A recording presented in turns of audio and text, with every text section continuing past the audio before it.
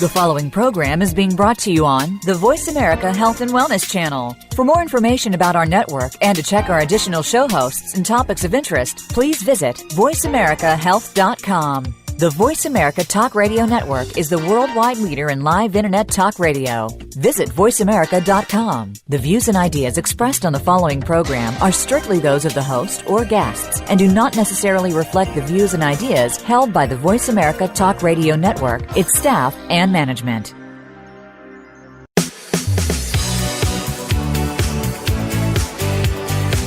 Welcome to Falling Through the Cracks. Feel alive and thrive with Dr. Rebecca Risk.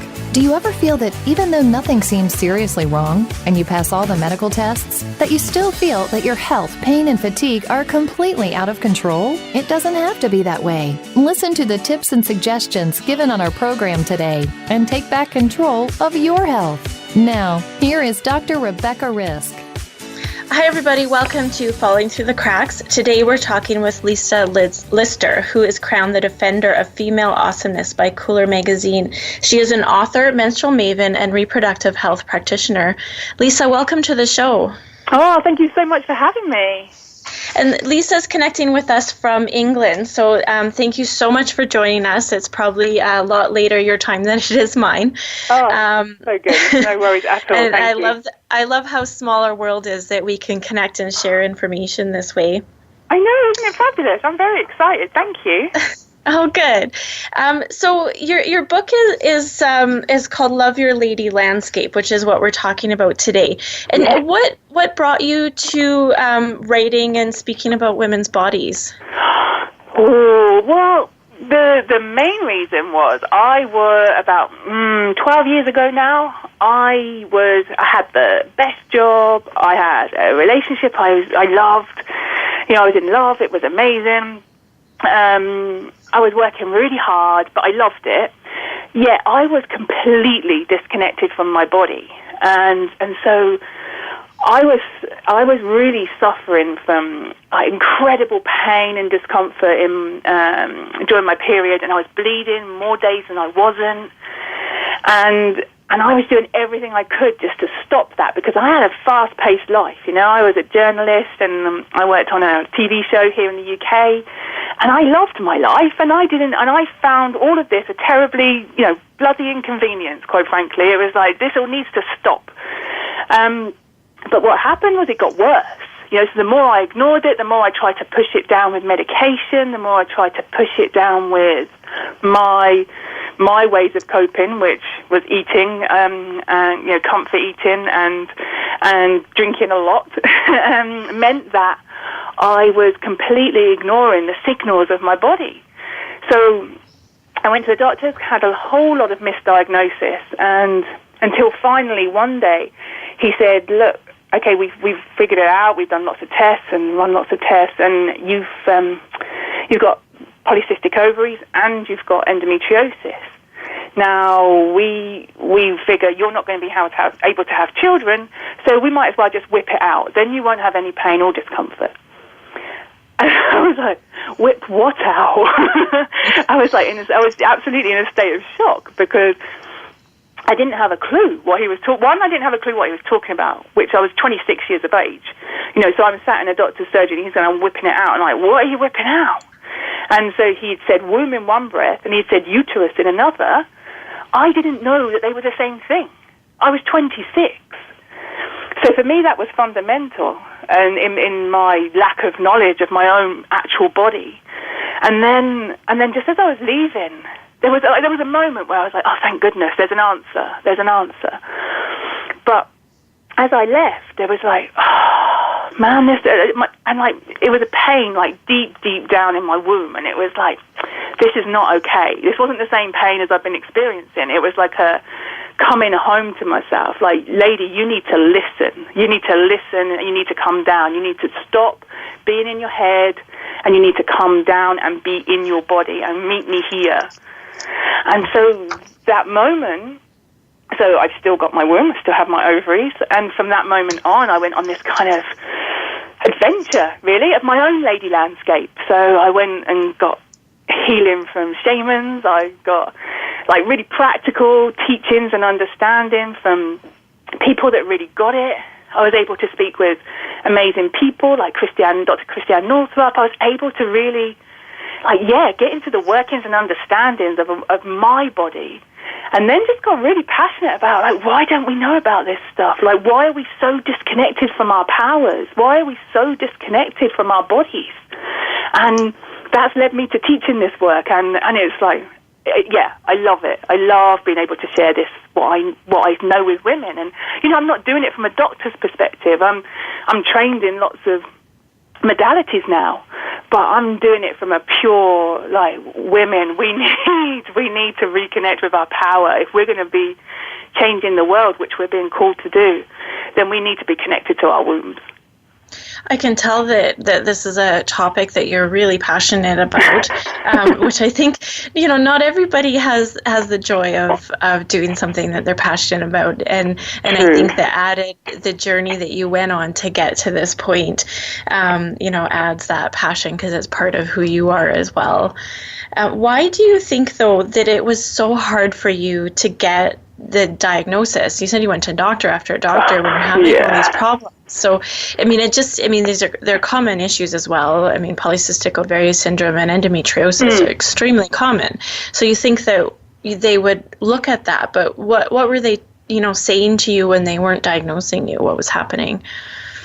I think, here in the UK specifically, there's just no funding for women's health. I don't know how that is in America and in anywhere else in the world, to be honest. But, for us here, the funding is just not there. So, and it's women's health comes way down on the list of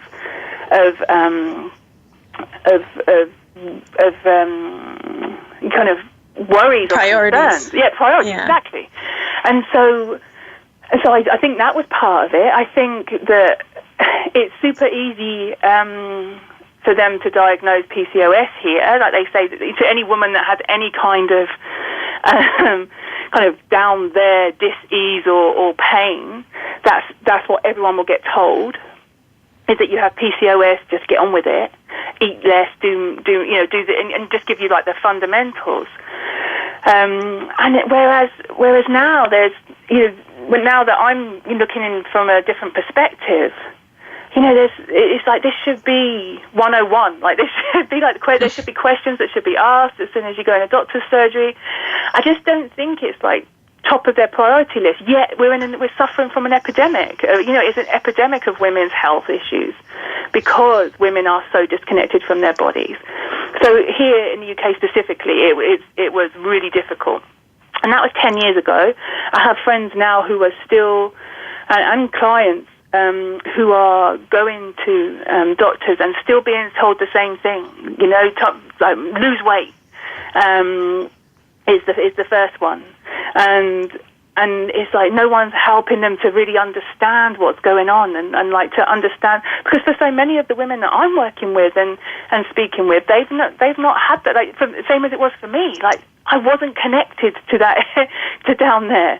I wasn't connected to my lady landscape. I didn't know the difference between my vagina and my womb and my ovaries at that time, and that's not okay. We should not be living in a world where women do not know what's going on in their own bodies. Well, I agree with you on that. I went through school and I took anatomy and physiology, and I was actually taught by a man who had been a gynecologist in China. And it wasn't until I was a year later where I read a book written by a woman on women's fertility that I actually understood my body, even though I had already taken all of that. But and this is what doctors are going through, where it's very scientific instead of going, this is what a woman experiences. And I was experiencing it, and I learned it in school, and I still didn't understand what was happening in my body on an almost daily basis, because we're changing so much. Exactly. And we have no idea. No one tells us. No one sits us down in school when we're going through it and says this. We have sex ed, but I don't think that for me it was, all of it was explained well enough for me to understand it as I was going through it.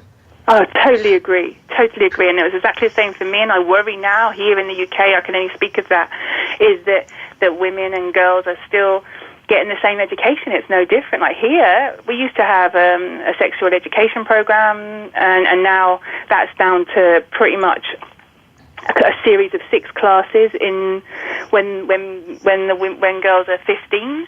15, like that's crazy. That's a little late, I think. Yeah, exactly.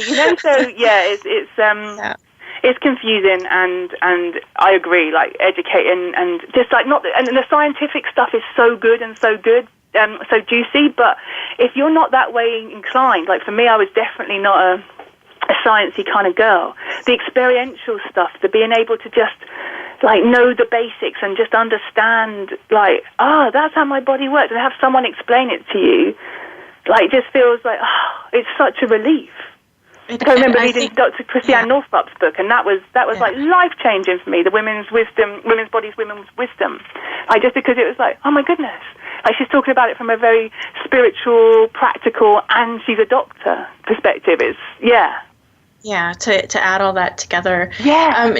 Now, when you were talking about your story, I thought it was interesting too that you just thought this is an inconvenience that this is happening to me, which is I think very common, no matter what the illness is or the disharmony in your body, that it's just inconvenient. I don't want to deal with this. I don't want to change my lifestyle to deal with this. I just want this dealt with to deal with it, right?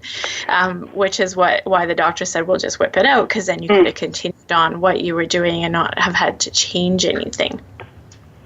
I think that's the way they're thinking, right? Let's just have this quick fix. Yeah, absolutely. Yeah.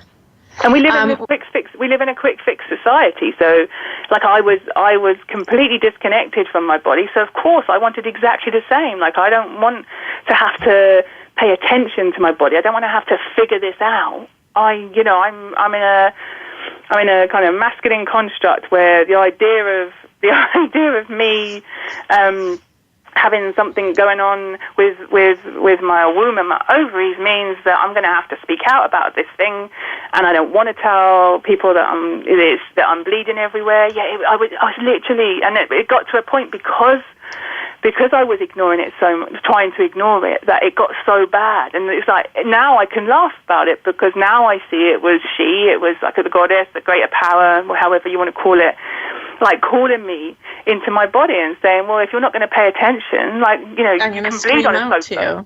Yeah, exactly. So in your story, in your book, you talk about how they, the first quick fix they gave you was the birth control pill, which I think is very common for women's issues. And what happened with that?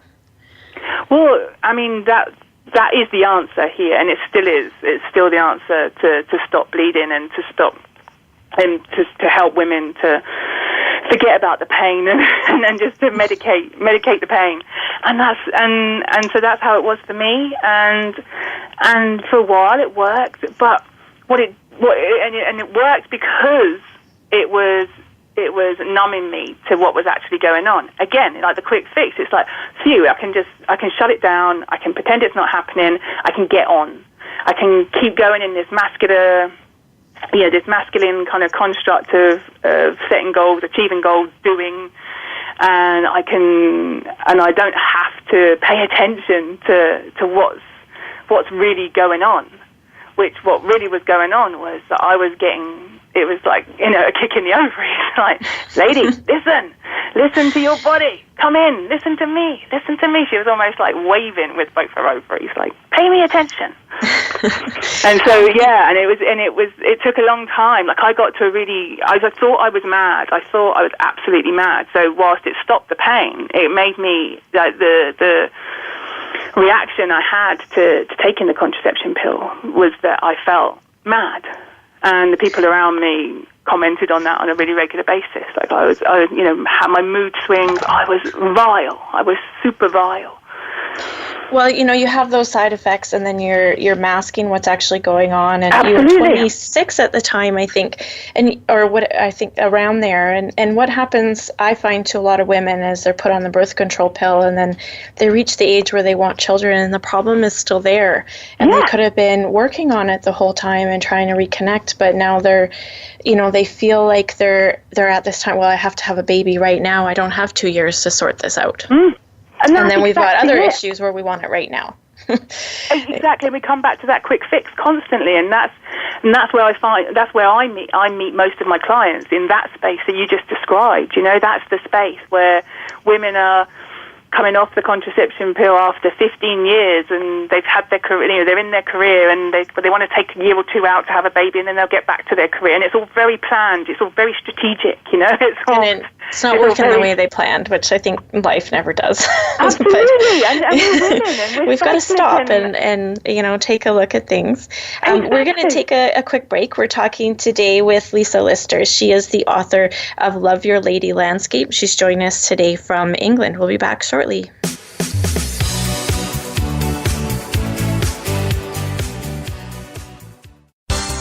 The latest business information is made simple with the VoiceAmerica Business Network.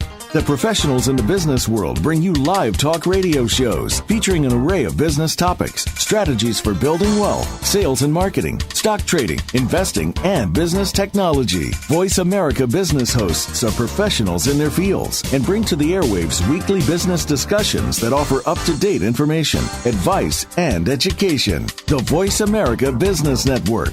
The bottom line in business talk. Can grief be good for you? Absolutely. It gets your attention, helping you evaluate your choices and relationships. Your losses define who you are. Tune in each week for Good Grief with host Cheryl Jones. Our show features those who have made incredible transformations by grieving their losses. You'll learn how to find your courage and strength. You'll discover the important things in your life and how to let go of things that are less important. Good Grief airs live Wednesdays at 2 p.m. Pacific Time, 5 p.m. Eastern on Voice America Health and Wellness. Abre mi corazón.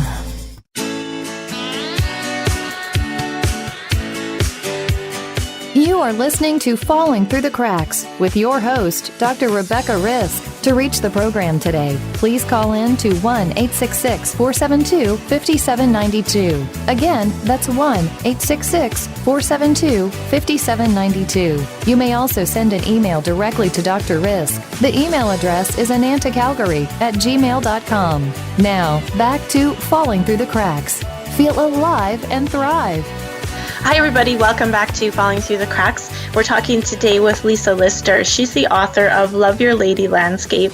Lisa, before the break, we were talking about your own issues you had with your lady landscape, as you call it. In your book, you also, when you're talking about that, you mentioned she power, and you talk about this a lot in your book. Can you just explain what that is for us? Yeah, I mean, it can be anything to any woman, but it's a woman claiming back her power. And so that power comes when we connect with our womb space and the divine. And I mean, you don't have to believe in the goddess, in the divine, and God, or anything like that. But for me, when I walked out of that doctor's surgery that day after having the diagnosis, it felt like a call, and it was like a call to claim back my power. Like, you didn't know those parts of you. You did not know the names of the parts of you that function in your body each and every month. Like, you did not know that about yourself, and it's to claim back the feminine power. So yeah, it's become, for me, she power is like a reclamation. It's just us remembering who we are before we forgot. And there has been like a great forgetting around our feminine powers, like the things that make us powerful as women. Like I've talked a lot about the masculine constructs that women have specifically have had to kind of try and fit their kind of feminine ways within, and that's really uncomfortable sometimes, and that's why so many of us experience some of the pain that we do. It's definitely why I believe that I experience endometriosis now, is because I wasn't connecting with any of my female energy. I wasn't connecting with who I was as a woman. I was just trying to get shit done, really. I was trying to get stuff done as a woman, but in a masculine world. And when I talk about these things, I'm not talking about like men, women. It's just the energy, and so I believe that so much of our power lies in the second half of our cycle, the premenstrual phase. And so I also believe in that part where we kind of try and repress things and we push it down, and all of the things that we've been called taboo, and like our menstrual cycle, like all of the things that we don't talk about. Like I say, I was embarrassed to tell my colleagues that I was bleeding because you don't talk about periods out loud. And so there's just so many elements to our she power, but ultimately it's the very vital Shakti energy that is in us that kind of gives us back all of ourselves to make us whole. Because I think we're all trying to figure out how to navigate this world, and then we wonder why we constantly feel like we don't fit in. Like so many of us are constantly seeking, so many women specifically are constantly seeking outside of themselves, like validation, self-worth, all of that stuff. And it's like, actually, you've got it all inside you. We've just forgot. We've not, and I talk a lot in the book about how that's down to patriarchy. So what do you think happened with that? I mean, there's, from what you just mentioned, there's shame because we won't talk about it, even though half the population has periods. Exactly. We won't talk about it. We won't tell our colleagues. We often won't tell our friends, even if they're female, what's going on. What's happened with that? Well, I'm writing a book right now called Witch, where I'm looking at the history of how it come to be that women's power was put in a box and then was put in the dark. And this is how I kind of visualize patriarchy. And when I talk about patriarchy, again, I'm not talking about men specifically. And also it's not patriarchal construct is not just affected women. It's affected men and women about how we're being called to show up in the world. But where to start? The witch part of it for me was really interesting to understand how we told we were taught to be scared of all of our powers. So dudes got a bit scared of us, They saw that women were bleeding. They saw that women could give life. They saw that that women were life givers and that they could do this magical thing where they could nourish women. I mean, they could nourish children from their breasts. Like their bodies was this incredible, tool of nourishment and life giving. And so they took that away from us, put it in a box, taught us, put it away in the dark, and then taught us to be scared of the dark. And that's kind of how it's been for the last, 2,000 to 3,000 years. And in that, we've all then become disconnected from our bodies. We become disconnected from our cyclic nature, and so they saw that our cycles reflected the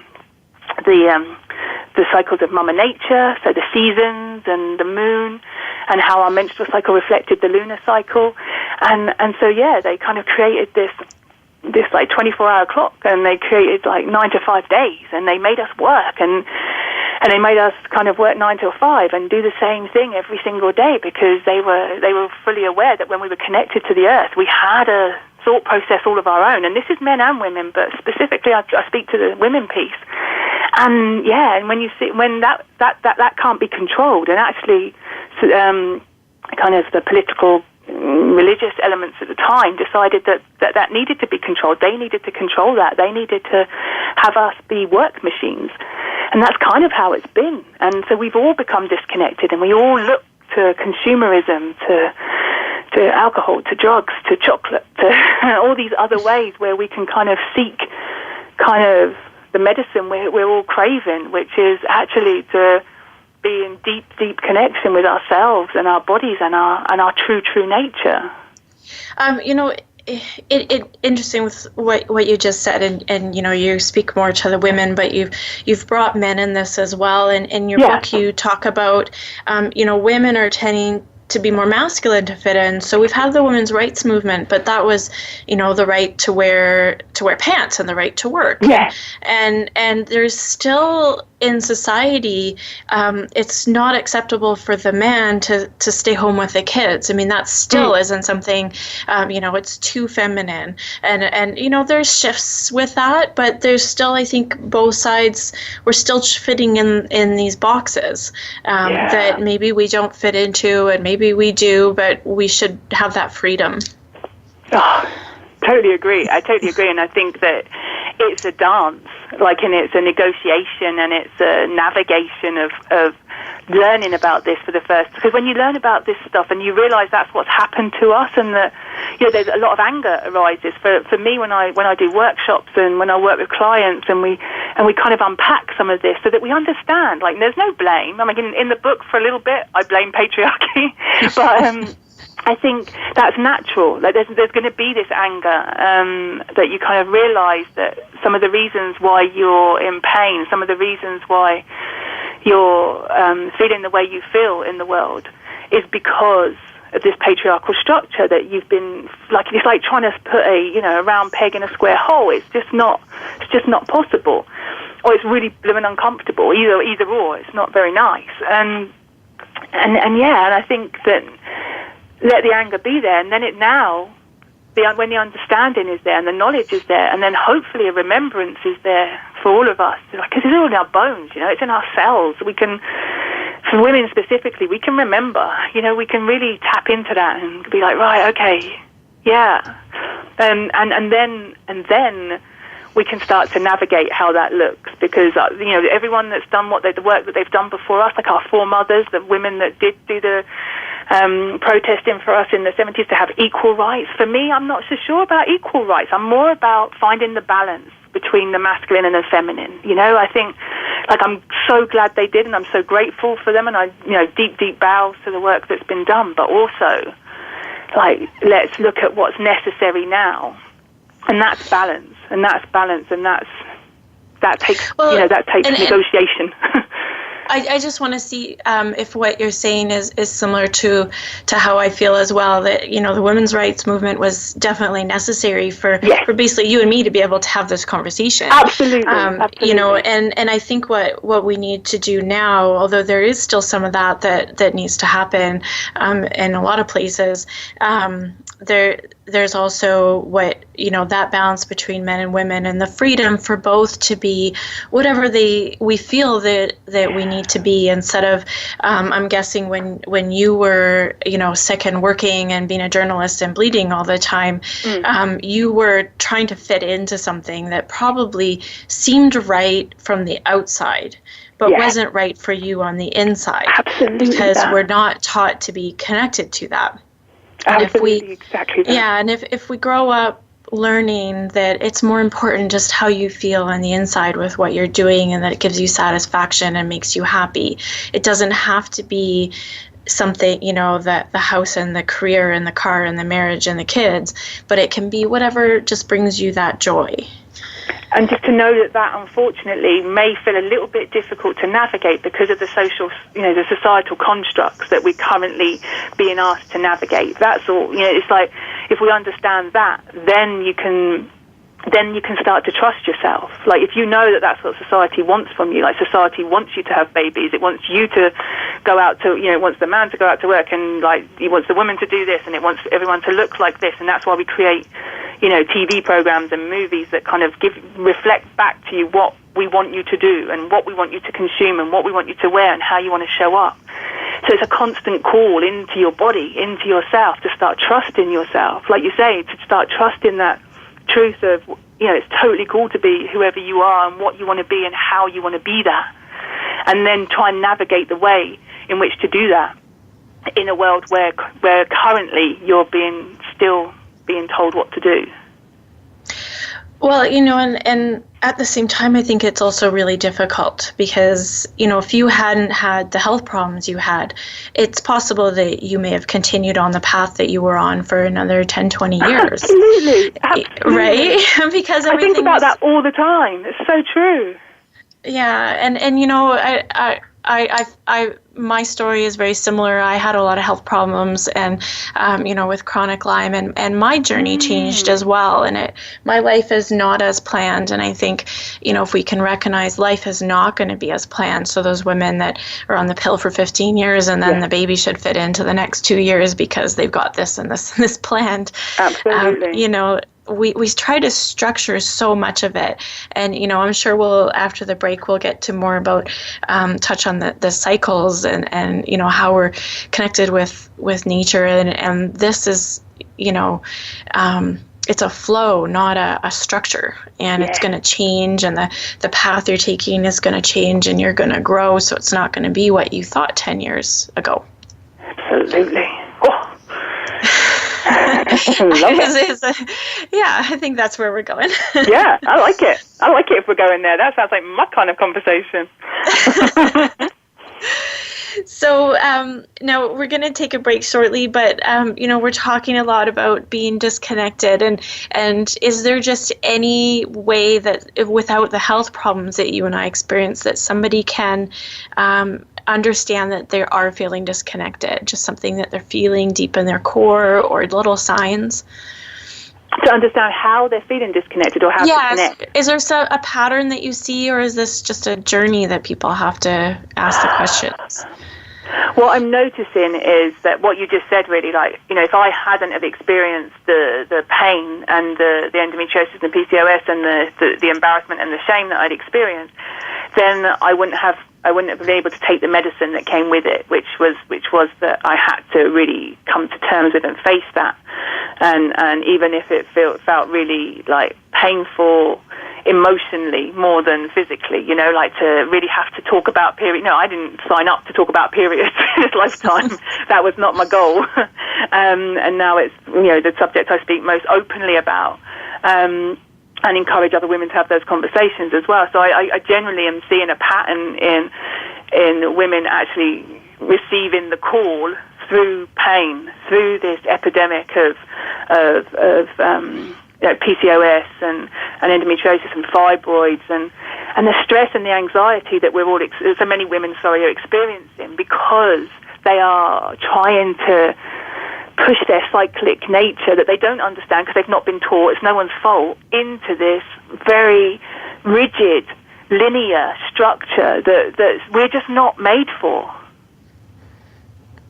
I agree. We're definitely not. But speaking of structures, we're going to take a break.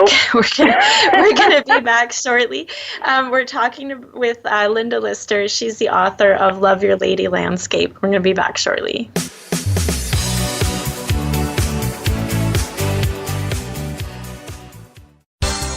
The latest business information is made simple with the Voice America Business Network.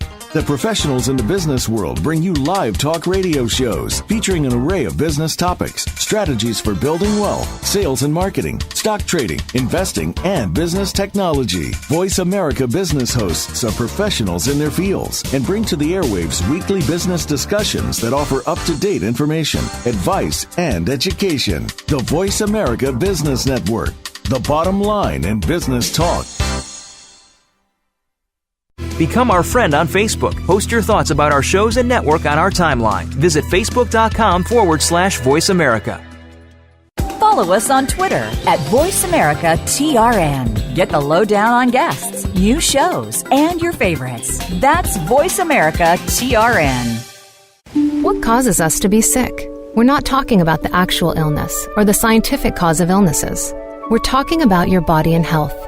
Listen for the healing whisper of return to peace. Each week, host Dr. Marianne Chase shows you how to listen to your heart to identify poor health, stress, and disease. You'll learn how to heal energetically and spiritually, as well as physically. It's time to depend less on the drugs and more on the heart. The Healing Whisper airs live every Friday at 11 a.m. Eastern Time, 8 a.m. Pacific on Voice America Health and Wellness.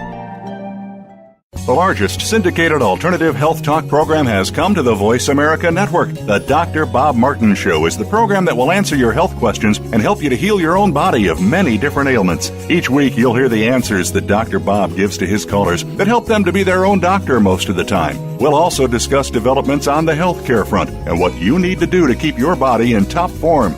The Dr. Bob Martin Show airs Wednesday mornings at 9 a.m. Eastern, 6 a.m. Pacific on Voice America Health and Wellness. Can grief be good for you? Absolutely. It gets your attention, helping you evaluate your choices and relationships. Your losses define who you are. Tune in each week for Good Grief with host Cheryl Jones. Our show features those who have made incredible transformations by grieving their losses. You'll learn how to find your courage and strength. You'll discover the important things in your life and how to let go of things that are less important. Good Grief airs live Wednesdays at 2 p.m. Pacific Time, 5 p.m. Eastern on Voice America Health and Wellness. Abre mi corazón.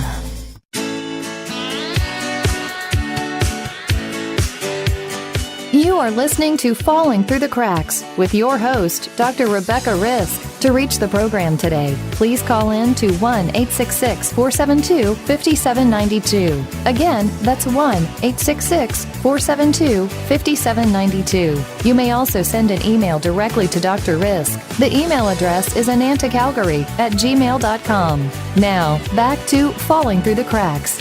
Feel alive and thrive. Hi, everybody. Welcome back to Falling Through the Cracks. Today we're talking with Lisa Lister. She is the author of Love Your Lady Landscape. Lisa, we were talking before the break about, we touched on cycles and being connected with nature and being disconnected. But then, earlier we also talked about at one point you and I didn't know what that meant. So I think there's probably a lot of people listening who, even though they have their cycle, and, I find this a lot with my patients as well, is they're like, well, I don't pay attention. I don't know even if it's regular. I have a regular cycle. So can you just explain a lot of what's happening for women in their cycle and how that's so important for them? So the menstrual cycle for me is become like a true map for women. And when you start working with it, you realize you don't even need you'll never need another self-help book ever again. That was the key for me, was oh my goodness, I understand everything about what it is to be a woman by paying full attention and being conscious to each and every step of my menstrual cycle. And so back again, when I began this journey, I thought when people talked about menstrual cycles, they were just talking about those days that I bled. When actually it's this, and it can vary from woman to woman, I know that, but so roughly speaking, a 29-day cycle in which we ebb and we flow. And we can, in the book I talk about how we can kind of map that cycle with the phases of the moon. We can map that cycle with the changing of the seasons. So, the spring is the days after our bleed. That's spring energy, and it's very true of how we are after our bleed as well. We're kind of, our hormones are starting to rise and we feel quite frisky. We're able to kind of get stuff done. It's I feel like anything is possible. We're full of potential. We're full of ideas. And then we move into ovulation, which is summer, which is also the full moon. It's and we see it. It's when we're most abundant, and it's when we can manifest. It's also when we're great at communication. It's also when we're great at job interviews. So that's a good time, if any, to kind of negotiate a pay rise at work or any of those sorts of things. And you can realize that you can start to use your cycle for emotionally, spiritually, physically. You start to, so that first half of the cycle, the spring and the summer, which is your pre-ovulation and your ovulation, those phases, they're quite masculine, because that means you can get stuff done in those phases. And it means that's when you'll feel like you're most, inverted commas, normal, because you're able to fit in with the world that we're currently living in, the society that we're currently living in. So it feels quite comfy there. Then when the problems start, for most of us, is when we move from that ovulation period into autumn, into premenstrual phase, into that waning moon phase. Because that's when our body is calling us inwards. That's when our body is asking us to slow down. Our hormone levels start to drop. And so physically, we're not able to do the same as we were able to do the few weeks before. Now, for women, that's really annoying, because we fought for a long time to be like, do you know what? I want to get stuff done. I'm equal to man, and I can do this. I want to do this. Yet physically, our body doesn't allow us to, because it's asking us to slow down. It's asking us to come into our body. And then the menstruation period, that time of bleed, That's the winter. That's when we shed. That's when we let go. That's when we can release. That's the dark moon. And those two, the premenstrual and the menstrual, is the feminine energy. So we have that masculine energy at the beginning of our cycle, and then in the second half of our cycle, we go into this feminine energy. And that's what I was talking about earlier with the she power. It's like these are the things that have been put in the dark. Like that's why we experience pain in the premenstrual phase, because that's actually when a lot of anger comes up, but because of how we've been conditioned, that gets pushed down. We push that down because we want to be good girls. You know, we've been taught good girl is a good thing. Like, that's how you must show up. Like, don't be loud, don't speak in your outside voice, don't be too much. And all of that stuff that wants to come up and be expressed, our wild nature, that wildness of being a woman, is pushed down, and that's why so many of us experience the pain and discomfort around that area, and especially at our bleed. And so, yeah, that's why for me this work is so juicy, because you then start to understand how you show up in each phase. So you understand that there's a rhythm, that there's an ebb, and that there's a flow, and then that can be very different for each and every woman. But when we plug into that, we are then able to connect back into ourselves. We're able to connect back into source, into, you know, and really understand what it is to work in conjunction with nature. And then that's probably why the patriarchy found it very difficult, because they get a little bit worried. They think that because then we become a woman unto ourselves, because we are whole. We have this whole kind of like buffet of emotions that are available to us in each and every phase that we can utilize. So there's superpowers, and there's definitely hot spots as well. Don't get me wrong, there's definitely some like key parts that are not so fun in each phase as well. But knowing that education of ourselves, and then being able to educate the people we work with, the people we live with, can then change the relationships we have with other people, but most importantly, the relationship we have with ourselves, the one where we've told ourselves we're not good enough. Why can't we do this? Why can't I get this done? You know, and it can be that, well, you can't get it done because, you know what, it's going to take you, what took you 2 hours last week may take you 5 this week because you're in your premenstrual phase, and that's just how it is to be a woman. And when you understand that, it's like, you can take a deep breath of relief. Like many women, when I say those things, think I'm like playing up to the male stereotype of what it is to be a woman, you know, and that's not true. It's actually like it's a permission slip to ourselves to be in a complete place of, you know, we can put stuff out in the world, and then we can receive. You know, we can inhale, we can exhale. There's got to be the ebb and the flow in order for us to truly reconnect.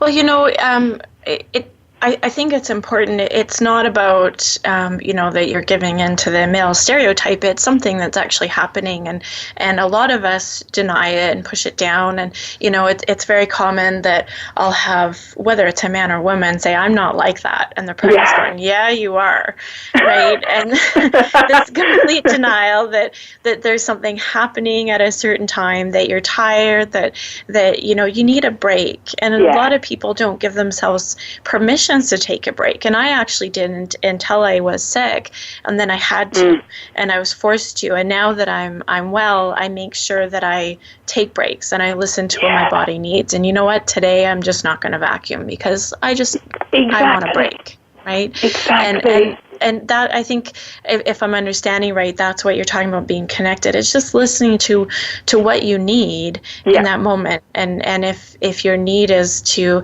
go for a run, or if your need is to lie on the couch with a book, to take that chill time, it's respecting that your body needs certain things. And also being witness to the places where you feel guilt regarding that as well, because again, another construct that's been placed upon us to stop us connecting in with our powers, because when we rest, we're actually way more effective. It's just that we've been taught to kind of keep going. But as women, if we can kind of use that first half of our cycle to get stuff done, and if we can start to program in a little bit of rest time each and every day in that second half of our cycle, you'll realize how much more productive you can be. Like, so, you know, the kind of active, maybe you want to go for runs in that first half of the cycle because your body is like, your hormones are like, yeah, let's get going. But in the second half of your cycle, you might be called to do like some yoga or some different kind of exercise. It's like it affects everything about how you show up in your life and in your relationships with your family and with your lovers and with your work. It's pretty incredible. And like you say, it's just knowing like to trust what your body needs, like in that moment, like just tuning in, like taking a breath and really coming into your body, placing a hand on your womb and like saying, like, what do you need? And then from that moment, moving forward, just so you've taken a breath. You know, I get that people have kids, I get that life is crazy, but if in any moment you can just take a breath, you know, take a deep breath down into your womb space, and just let it be there. That's pretty magical. That's pretty magical. Just the acknowledgement that you have a womb, quite frankly, is pretty incredible. I agree. Yeah. You know, and I think a lot of women don't. There's a lot of, you know, I experience this with some of my patients of, you know, I don't want that. I don't even want to be part of this. I want, you know, they'll take the birth control pill all the way through so that they don't bleed because they don't want to experience it, whether it's because it's inconvenient or because it's painful.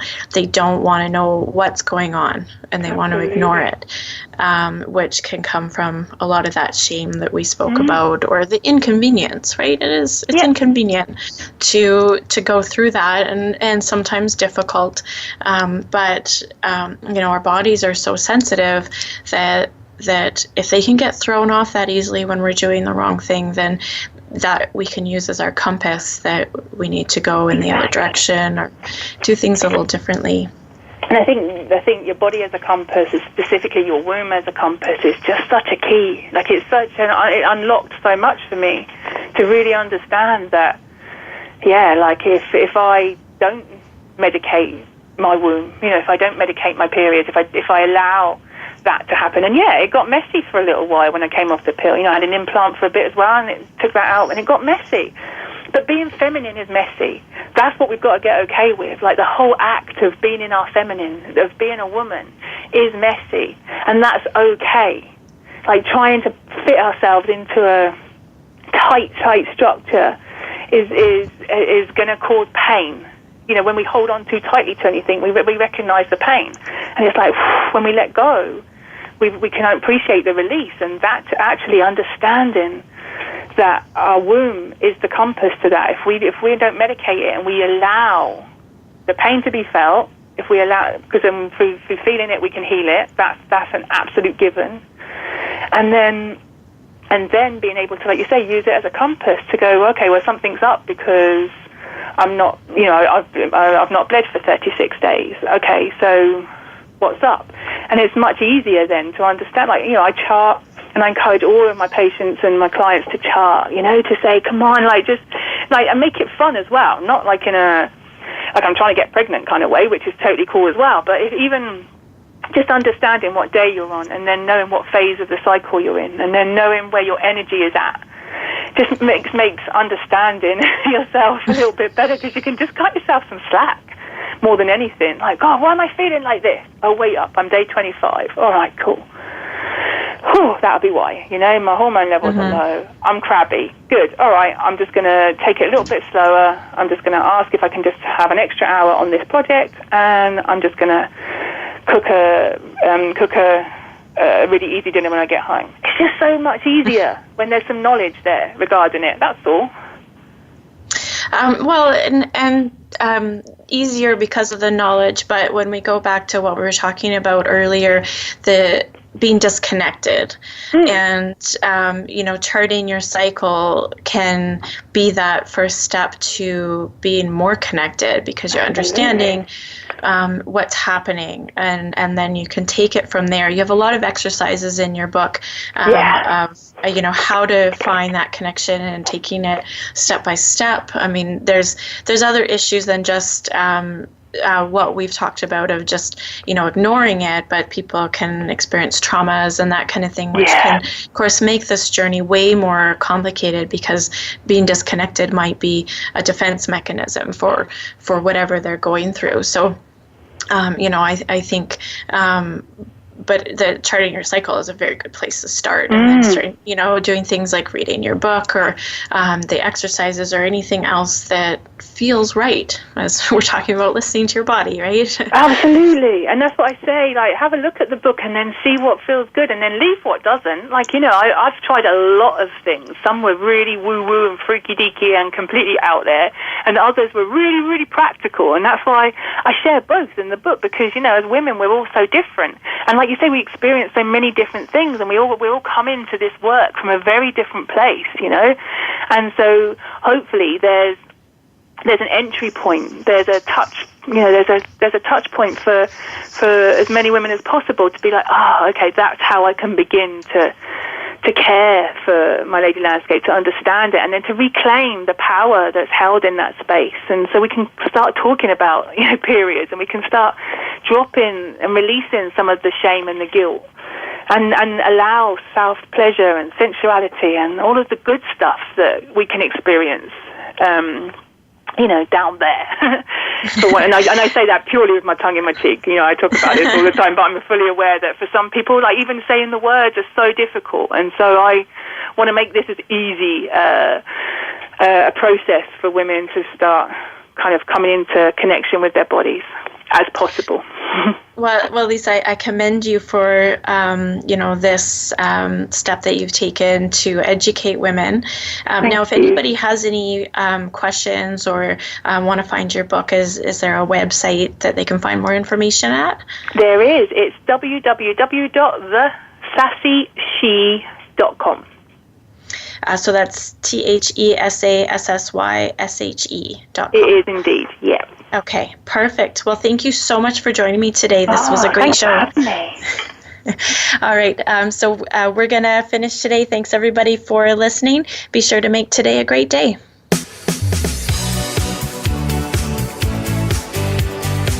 Thank you for tuning in to this week's edition of Falling Through the Cracks. Feel alive and thrive. Please join Dr. Rebecca Risk again next Monday at noon Eastern Time and 9 a.m. Pacific Time on the Voice America Health and Wellness channel. We'll talk more next week.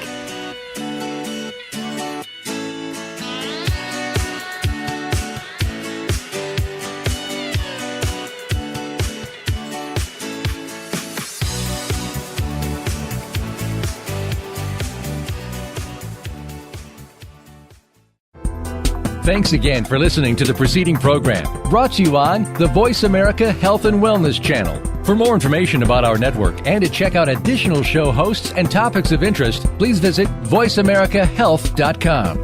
The Voice America Talk Radio Network is the worldwide leader in live Internet talk radio. Visit voiceamerica.com. The views and ideas expressed on the preceding program are strictly those of the hosts or guests and do not necessarily reflect the views